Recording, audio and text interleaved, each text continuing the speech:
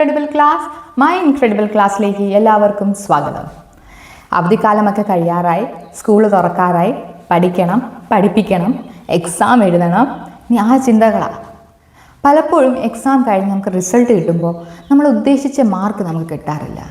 അല്ലെങ്കിൽ നമ്മൾ പഠിച്ച് എക്സാം എഴുതാൻ ഇരിക്കുമ്പോൾ നമ്മൾ പഠിച്ച കാര്യങ്ങൾ നമുക്ക് ഓർമ്മയിൽ നിന്ന് നമ്മൾ മറന്നു പോവുകയാണ്. നമുക്ക് മറവി കൂടുതലായി വരുന്ന സമയമാണ്, ഇല്ലയോ? നമുക്ക് വൃത്തിക്ക് എഴുതാൻ പറ്റുന്നില്ല. പലപ്പോഴും നമ്മൾ ഈ കാര്യങ്ങൾ ഫേസ് ചെയ്തിട്ടുണ്ട്, അല്ലേ? ഇതിനൊരു സൊല്യൂഷൻ എന്താണ്? പലപ്പോഴും PTA മീറ്റിങ്ങിൽ ടീച്ചേഴ്സിനോട് പേരൻസ് പറയുന്ന ഒരു റെഗുലർ കംപ്ലൈൻറ്റാണ്, മിസ്സേ ഞങ്ങൾ മൊത്തം പഠിപ്പിച്ച് വിട്ടുക, എല്ലാം നല്ലോണം എഴുതി കാണിച്ചാൽ കുഞ്ഞ്, എന്തുകൊണ്ട് അവന് മാർക്ക് കുറയുന്നു, എന്തുകൊണ്ട് കുഞ്ഞ് വൃത്തിക്ക് എഴുതിയില്ല പേപ്പറിൽ. This is A regular concern of parents. അപ്പം ഈ മറവിക്ക് അല്ലെങ്കിൽ പഠിച്ചതൊക്കെ എങ്ങനെ വൃത്തിക്ക് ഓർത്തെടുക്കാം, അതിനെന്തെങ്കിലും ഒരു ടെക്നിക്കുണ്ടോ? ടെക്നിക്കുണ്ട്. ആ ടെക്നിക്ക് നിങ്ങൾക്കും എനിക്കും ഒക്കെ അറിയാം. ടൈം ടെസ്റ്റഡ് ആയിട്ടുള്ളൊരു ടെക്നിക്കാണ്. പക്ഷേ നമ്മൾ അതിനെ ഇഗ്നോർ ചെയ്യുന്നു, ഇല്ലേ? അപ്പം ആ ടൈം ടെസ്റ്റഡ് ടെക്നിക്ക് അതെന്താണ്? അതിനെ ഒരു സീക്വൻസ് വൈസ് നമ്മൾ അതിനെ എങ്ങനെ ഇംപ്ലിമെൻറ്റ് ചെയ്യണമെന്ന് ഞാൻ ഈ വീഡിയോയിലൂടെ നിങ്ങൾക്ക് പറഞ്ഞു തരാൻ ആഗ്രഹിക്കുന്നു. ഈ മെത്തഡിനെ അല്ലെങ്കിൽ ഈ ടെക്നിക്കിനെ I will call sue method. അപ്പം തുടങ്ങാം. First thing is self declaration. Self declaration വളരെ വളരെ ഇമ്പോർട്ടൻ്റ് ആയിട്ടുള്ളൊരു കാര്യമാണ്. നമ്മൾ ഏതൊരു കാര്യം തുടങ്ങിയാലും മോസ്റ്റ് ഇമ്പോർട്ടൻറ്റ് തിങ് നമ്മുടെ മൈൻഡ് സെറ്റാണ്. ഫോർ എക്സാമ്പിൾ, നിങ്ങൾ മാത്സ് ടെക്സ്റ്റ് ബുക്ക് എടുത്ത് മാത്സിനൊരു പ്രോബ്ലം സോൾവ് ചെയ്തിരിക്കുമ്പോൾ നിങ്ങളുടെ മനസ്സിൽ കൂടെ കടന്നു പോകുന്നത് എന്താണ്? ഓ, കണക്ക് എനിക്ക് ഒക്കത്തില്ല, ഭയങ്കര പാടുള്ള കാര്യമാണ്, എൻ്റെ ബ്രെയിൻ ഒന്നും ഇത്രയും വർക്ക് ആവത്തില്ല. ഇനി ഏതെങ്കിലും ലാംഗ്വേജ് നിങ്ങൾ പഠിക്കുവാണെങ്കിലോ, ഫോർ എക്സാമ്പിൾ ഇംഗ്ലീഷ് അല്ലെങ്കിൽ മലയാളം, അപ്പോൾ എന്താണ് നിങ്ങളുടെ മൈൻഡ് സെറ്റ്? ഇത് എളുപ്പമുള്ള കാര്യം, 2 പ്രാവശ്യം വായിച്ചാൽ മതി, അത് ഞാൻ എന്തെങ്കിലുമൊക്കെ വേഗം ആക്കിക്കോളാം, എന്തെങ്കിലുമൊക്കെ ഞാൻ റെഡിയാക്കി എഴുതിക്കോളൂ, അതിനെനിക്ക് മാർക്ക് കിട്ടിക്കോളൂ, ഇല്ലയോ? അപ്പോൾ 2 വിഷയത്തിനും നിങ്ങൾ 2 മൈൻഡ് സെറ്റാണ്. തെറ്റ്. ഫസ്റ്റ് തിങ്, നിങ്ങൾ ഓരോ സബ്ജക്റ്റിനെ ഇങ്ങനെ കാറ്റഗറൈസ് ചെയ്യല്, ഈസി ഓർ ഹാർഡ് എന്ന് നിങ്ങൾ കാറ്റഗറൈസ് ചെയ്യല്. ആദ്യത്തെ കാര്യം, നിങ്ങൾ ഏത് വിഷയമാണോ പഠിക്കാൻ ആഗ്രഹിക്കുന്നത് അതെടുക്കുമ്പോൾ നിങ്ങൾ സെൽഫ് ഡിക്ലെയർ ചെയ്യണം, ഈ വിഷയം എനിക്ക് പറ്റും, എനിക്ക് വൃത്തിക്ക് പഠിക്കാൻ പറ്റും, ഞാൻ ഇന്ന് അതിനെ നല്ലവണ്ണം പഠിക്കും, മനസ്സിലാക്കും, I am going to do well in this subject. ആദ്യത്തെ കാര്യം മൈൻഡ് സെറ്റ് റെഡിയാക്കുക. അതിന് നമ്മൾ ഫോളോ ചെയ്യേണ്ട സെൽഫ് ഡിക്ലറേഷൻ. യെസ്, ഈ സെൽഫ് ഡിക്ലറേഷൻ മൈൻഡ് സെറ്റ് നിങ്ങൾ റെഡിയായി കഴിഞ്ഞിട്ട് മാത്രം സെക്കൻഡ് സ്റ്റെപ്പിലോട്ട് കടക്കുക. അപ്പം മൈൻഡ് സെറ്റ് റെഡിയായി കഴിഞ്ഞാൽ, so the second method is to explain things to yourself. Now I will show you a paragraph. ഈ പാരഗ്രാഫ് എല്ലാവരും ഒന്ന് വായിക്കണം. I will give you 10 seconds.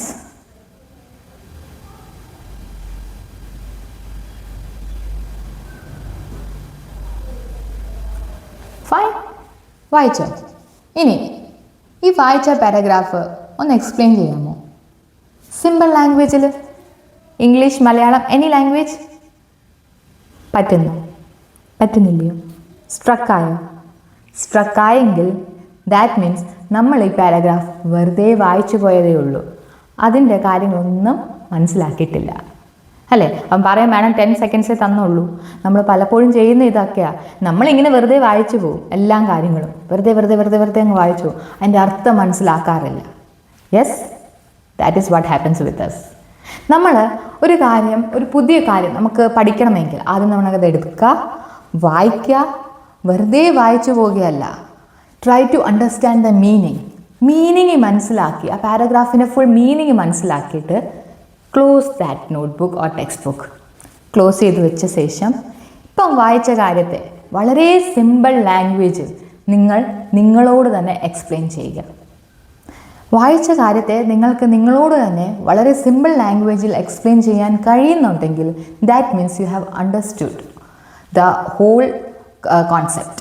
Full concept, നിങ്ങൾ വായിച്ച കാര്യത്തിന് ഫുൾ കോൺസെപ്റ്റ് നിങ്ങൾ മനസ്സിലാക്കി കഴിഞ്ഞു. ഇനി നിങ്ങൾക്ക് സിമ്പിൾ ലാംഗ്വേജിൽ അത് നിങ്ങളോട് അല്ലെങ്കിൽ മറ്റുള്ളവരോട് എക്സ്പ്ലെയിൻ ചെയ്യാൻ കഴിയുന്നില്ലെങ്കിൽ ദാറ്റ് മീൻസ് നിങ്ങൾ ഇപ്പോഴും ആ കാര്യത്തെ പഠിച്ചിട്ടില്ല, സ്റ്റഡി ചെയ്തിട്ടില്ല. That is where the whole game lies in. നമുക്ക് ആദ്യമേ എന്തെങ്കിലും പഠിക്കാനുണ്ടെങ്കിൽ അതെടുക്കുക, വായിക്കുക, നല്ലവണ്ണം വായിച്ച ശേഷം അത് മടക്കി വെക്കുക. എന്നിട്ട് നമ്മളോട് തന്നെ സിമ്പിൾ ലാംഗ്വേജിൽ പറയാം. നിങ്ങൾ 1, 2, 3 പ്രാവശ്യം വായിച്ചിട്ട് നിങ്ങൾക്ക് മനസ്സിലായെന്ന് പലപ്പോഴും നമുക്ക് തോന്നാറുണ്ട് അല്ലേ? ഇറ്റ്സ് ആക്ച്വലി നമ്മുടെ ബ്രെയിൻ നമ്മളെ ഫുൾ ചെയ്യുന്നതാണ്. എല്ലാം മനസ്സിലായി, എല്ലാം വായിച്ചെല്ലാം എനിക്ക് ക്ലിയറായി, ഓക്കെ പെർഫെക്റ്റ്, ഇനി വേണമെങ്കിൽ കളിക്കാൻ പറ്റുമോ? പക്ഷേ ആക്ച്വലി ബ്രെയിനൊന്നും മനസ്സിലായിട്ടില്ല. അതെപ്പോഴാണ് മനസ്സിലാവുന്നതെന്ന് അറിയോ? നമ്മളൊന്ന് അടച്ചു വെച്ചിട്ട് ആ കാര്യം തന്നെ നമ്മളോട് റിപ്പീറ്റ് ചെയ്യാൻ ശ്രമിക്കുമ്പോൾ നമുക്ക് മനസ്സിലാകുന്നത് അത് ഇതുവരെ സ്റ്റഡി ചെയ്തിട്ടില്ല, നമ്മൾ പ്രോപ്പറായിട്ട് അതിനെ study ചെയ്തില്ലെന്ന്. So second method, that is explain to yourself. Okay, it comes under a psychological activity called active recall. ഇതിനെ ആക്റ്റീവ് റീകോൾ എന്ന് വിളിക്കാറുണ്ട്. ഓക്കെ, ഇനി നിങ്ങൾ മൈൻഡ് സെറ്റ് റെഡിയാക്കി, നിങ്ങൾക്ക് തന്നെ കാര്യങ്ങൾ എക്സ്പ്ലെയിൻ ചെയ്യാൻ പറ്റുന്നുണ്ട്, നിങ്ങളോട് തന്നെ ഈസി ലാംഗ്വേജിൽ കാര്യങ്ങൾ എക്സ്പ്ലെയിൻ ചെയ്യാൻ പറ്റുന്നുണ്ടെങ്കിൽ, third most important thing, that is write it down. എഴുതണം, എഴുതിയാലേ പറ്റത്തുള്ളൂ. Because mind needs clarity. Clarity വേണം. ക്ലാരിറ്റി ഇല്ലാതെ നമുക്കൊരിക്കലും മുന്നോട്ട് നടക്കാൻ പറ്റത്തില്ല. ഓക്കെ, നമ്മൾ വീട്ടിൽ നിന്ന് ഇറങ്ങി നമുക്ക് എങ്ങോട്ടാണ് പോകുക, നമ്മുടെ ഡെസ്റ്റിനേഷൻ എങ്ങോട്ടാണ് എന്ന് നമുക്കറിയാമെങ്കിൽ ഓക്കെ, നമുക്ക് ഗൂഗിൾ മാപ്പിലിടാം എനിക്ക് ഇവിടെ പോകണം, ഓക്കെ എനിക്ക് കോട്ടയം വരെ പോകണം, അല്ലെങ്കിൽ കൊല്ലത്ത് പോകണം, ഒക്കെ പ്രോപ്പറായിട്ട് നമുക്ക് ഗൂഗിൾ മാപ്പിനോട് പറയാം. പക്ഷേ ഡെസ്റ്റിനേഷൻ ഇല്ലാതിരിക്കുകയാണെങ്കിലോ, ഒരു ക്ലാരിറ്റി ഇല്ലെങ്കിലോ, വെറുതെ പെട്രോൾ ചിലവാകത്തേ ഉള്ളൂ. Yes or no? So that is what actually happens. നമ്മുടെ മൈൻഡ് നമ്മൾ ക്ലാരിറ്റി കൊടുക്കണം, അതിന് നമ്മൾ എഴുതിയാലേ പറ്റത്തുള്ളൂ. ആൻഡ് എഴുതുമ്പോൾ നമ്മുടെ സ്പെല്ലിങ്സ്, നമ്മൾ എവിടെയൊക്കെയാണ് നമ്മുടെ സ്പെല്ലിങ്സ് തെറ്റുന്നത്, നമ്മൾ സെൻറ്റൻസ് പ്രോപ്പറായിട്ട് സ്ട്രക്ചർ ചെയ്യാൻ പറ്റുന്നുണ്ടോ, ആ വക കാര്യങ്ങൾ നമുക്ക് ഒന്നും കൂടെ ക്ലിയർ ആവും. അപ്പം നമ്മൾ ഒന്നും കൂടെ അതിനെ വൃത്തിക്ക് എഴുതും, സ്ട്രക്ചേർഡ് ഫോമിൽ എഴുതും. എക്സാമിൽ എങ്ങനെയാണെന്ന് എഴുതേണ്ട ആ കാര്യം നമ്മളിപ്പോഴേ പ്രിപ്പയർ ചെയ്യും.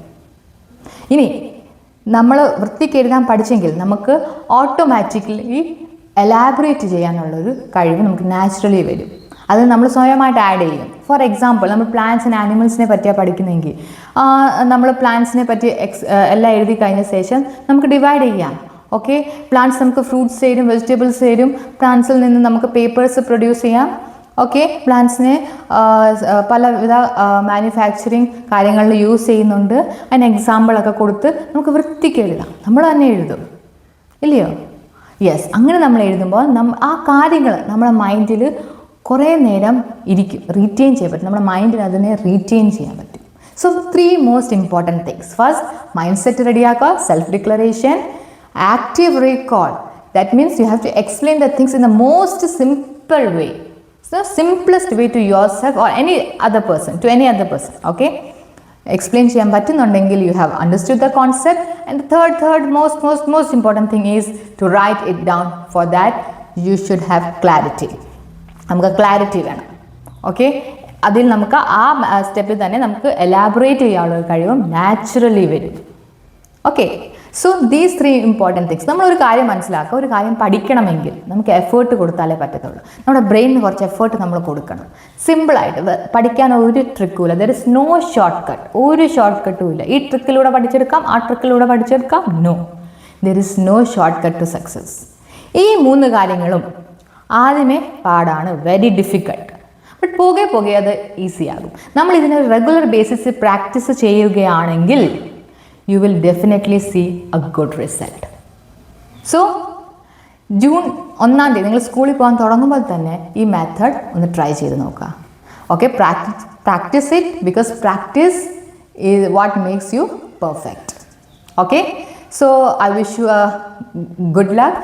ഓക്കെ, ആൻഡ് ഇത് പ്രോപ്പറായിട്ട് നിങ്ങൾ പ്രാക്ടീസ് ചെയ്ത് നോക്കിയ ശേഷം, okay, take 1 month or 2 months ചെയ്ത ശേഷം നിങ്ങളുടെ എക്സാമിൽ നിങ്ങൾ ആഗ്രഹിച്ച റിസൾട്ട് നിങ്ങൾക്ക് കിട്ടുന്നോ ഇല്ലയോ എന്ന് ഒന്ന് കമൻറ്റ് ചെയ്യണം. Fine, so we will meet again.